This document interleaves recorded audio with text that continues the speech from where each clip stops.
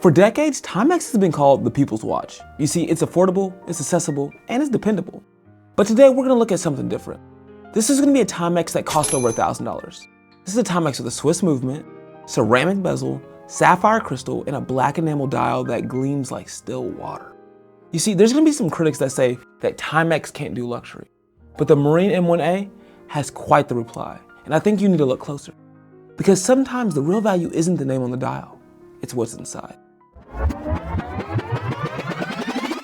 And by the way, if you clicked on this video and you're giving this channel a chance, thank you. It means a lot more than you would think. And here we do reviews a little different than other channels. We use a systematic 10S format.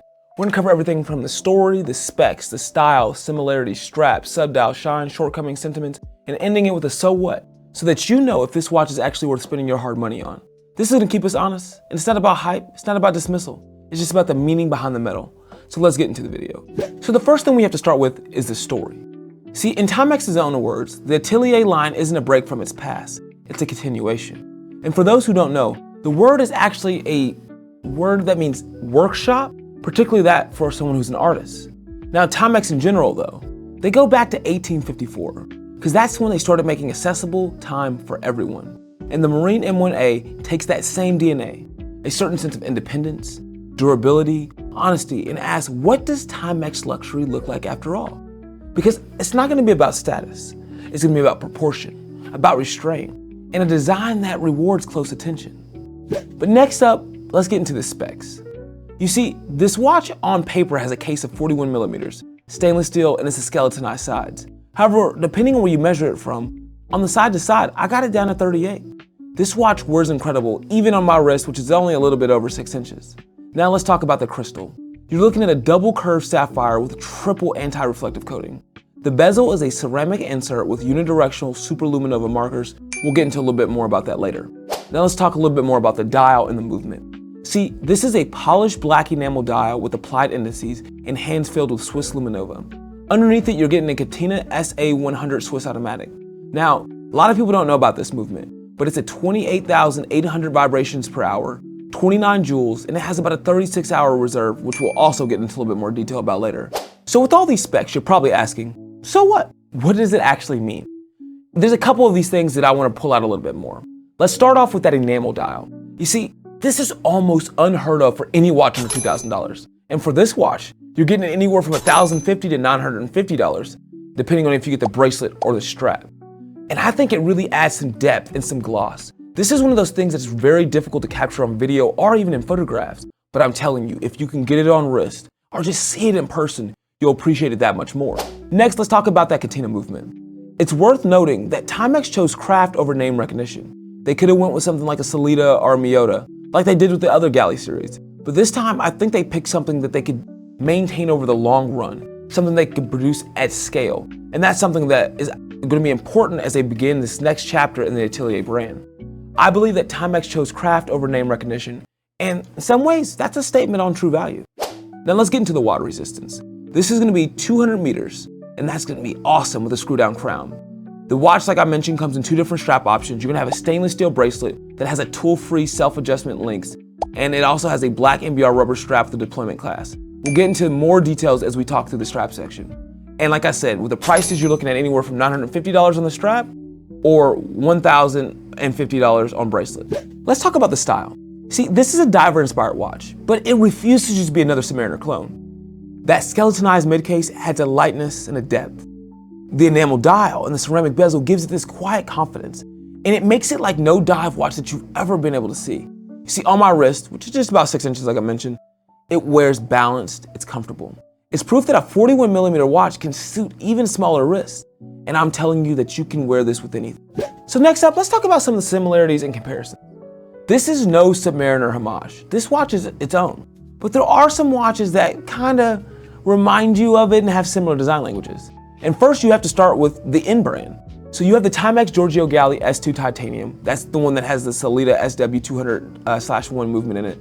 That one comes in around $975, not counting if you get the newer version, which is completely sold out. Then you have the Galli S1, which has that Miyota 9039 in it. That one's gonna be about $450.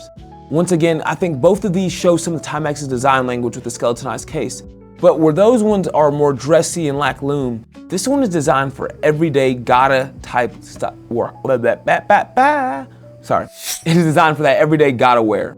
Now, what are some other watches and watch brands that could go with this one? Let's look at something like the Seiko King Turtle, specifically the SRP-E03. See, this one also has a ceramic bezel, a sapphire crystal, and it does have Seiko's loom, and it comes in about $625. So it is cheaper, but I think that if you held them both in hand, you'll realize that that one feels cheaper as well. Another couple watches that are similar is this Tissot Seamaster Powermatic 80. This is another one that has some great features, an 80-hour power reserve, and it's actually also cheap, around $850, $900. But what I dislike about this one is it still has a lot more of a homage feel than the Timex. Now, it does come with some unique dials, but it doesn't have its own unique design language. Now let's talk about other watches that I think actually compete with this one in realms of quality. You have the Longines Hydro Conquest, but that one comes in at $1,900. You also have the Oris Equidate. That one also has a ceramic bezel, sapphire crystal, and you're looking at $2,200 and up. So when you think about it, the Marine M1A, it's fighting above its weight class. An enamel dial, ceramic bezel, and $1,000 with a Swiss-made packaging is very rare. Now, it may lack some power reserve, but where I think it lacks there, it brings that up in design integrity that the other ones don't. Not saying that those are bad watches, but this one it's unique in its own way. And I think that's what makes it special.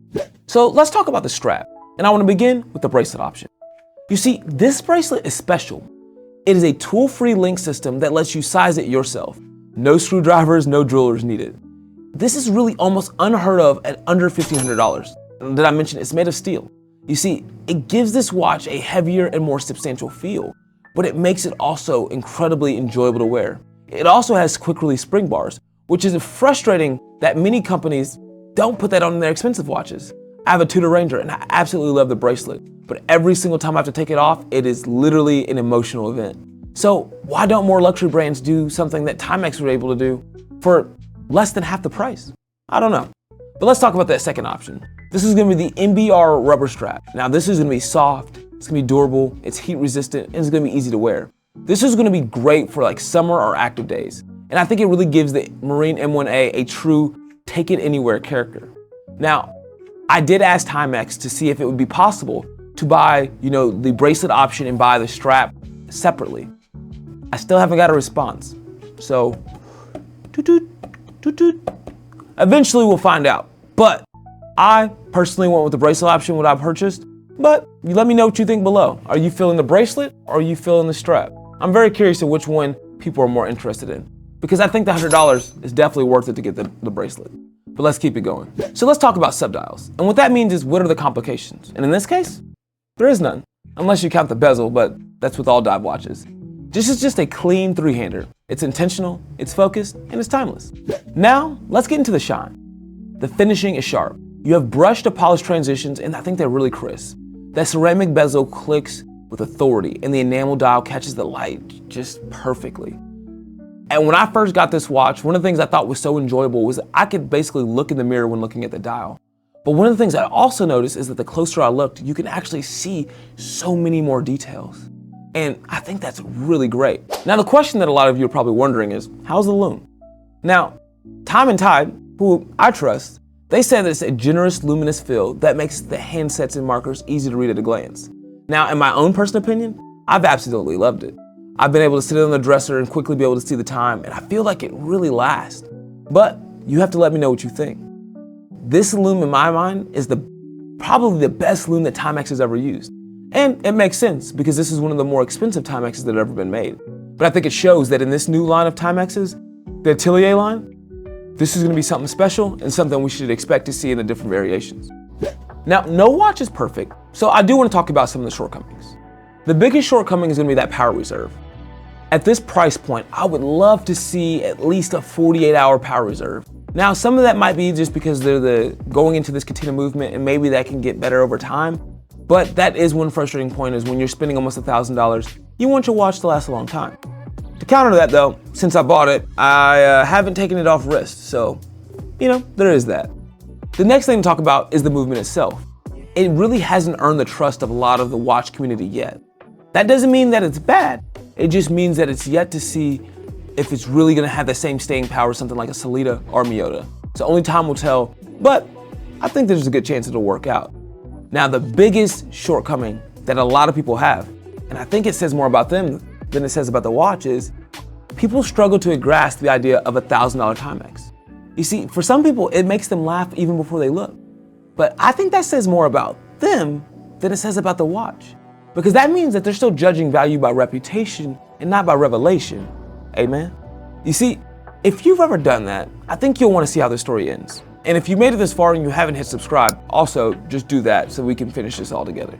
So let's talk about the sentiment of this watch. Now, when you scroll through Reddit, you're going to see a lot of things. You're going to have some people who are going to have a hard time valuing a Timex. Some people who say that it's absolutely beautiful, but they just can't understand the brand.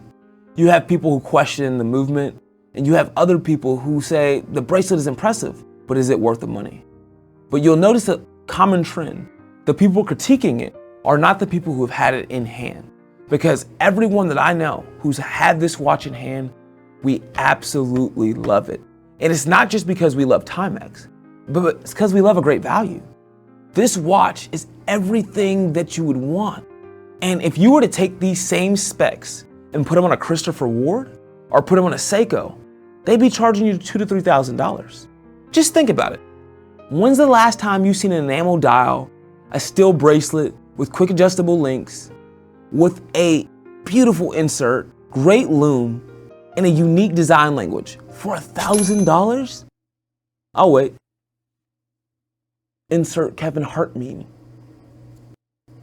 You see, I think that a lot of people are just struggling to get this new conception and paradigm in their head.